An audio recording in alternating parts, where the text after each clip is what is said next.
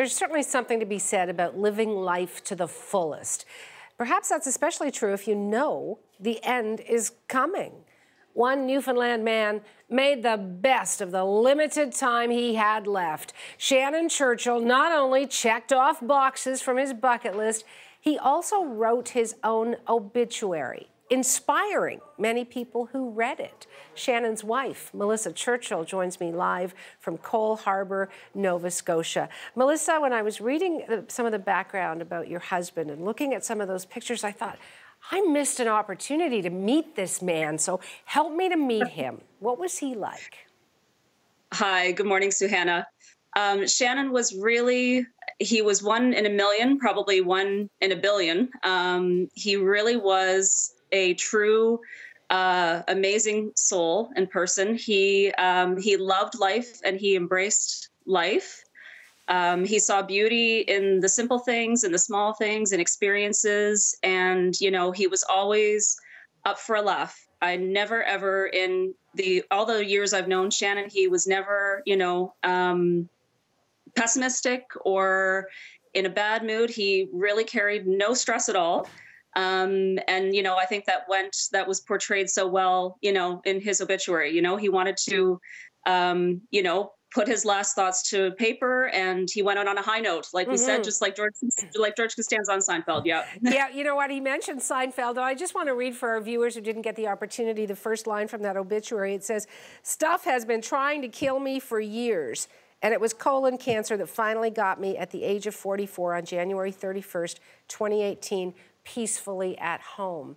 And then there's some other advice, and let me read that too while we've got it on the screen. "My advice to you all is to make those bucket lists and to start filling them in. Life is short and it only runs out." And how true is that? When he found out that life was going to run out for him, what was the reaction for the two of you?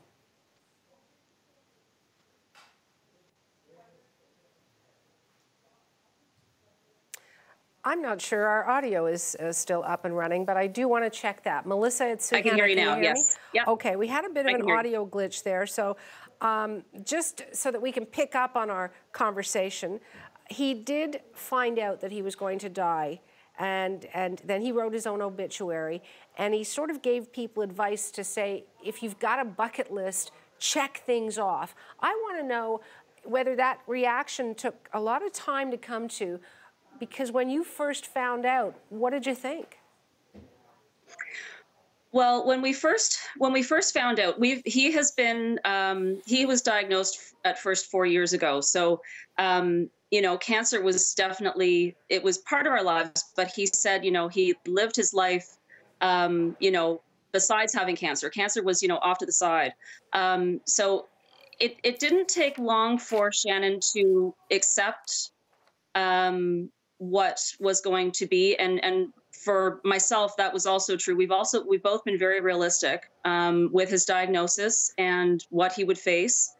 So once he was basically told that it would be, you know, terminal and that he was only going to have 2 to 3 months to live, instead of, you know, being miserable, instead of, you know, curling up under the covers and just, you know, feeling really sad about that, he wanted to embrace whatever time he had left, and I got on board with it. I said, you know, whatever you want to do, like, let's live however many days you have left. Let's just embrace it and let's just do whatever we can. So that's what we did.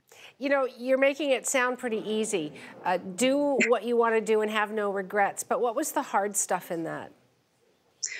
Well, that's the thing. You know, I'm riding the wave right now because he helped keep me strong, but there's a lot of, you know, there were and are very, very difficult moments throughout his journey with this. I mean, you know, it devastated me and still devastates me to think that, you know, I will live the rest of my life without him here.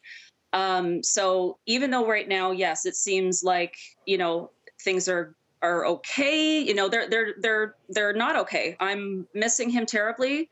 I will always miss him, but, you know, because of the response to his obituary and what he has done and the the inspiration he's provided to people, it is my mission to, never let his memory die, and to just, live my life to honor him. So that's completely my intention.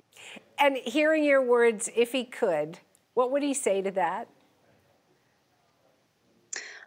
What he would say, I think he would be proud. I think he would be proud.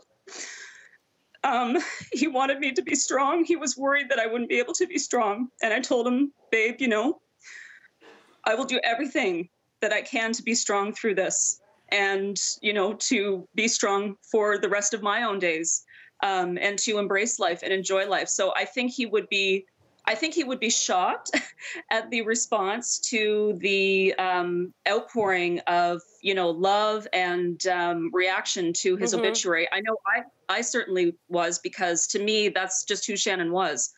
But I think he would be very, moved and very just, honored that there's so much love, and a beautiful reaction to a really beautiful man.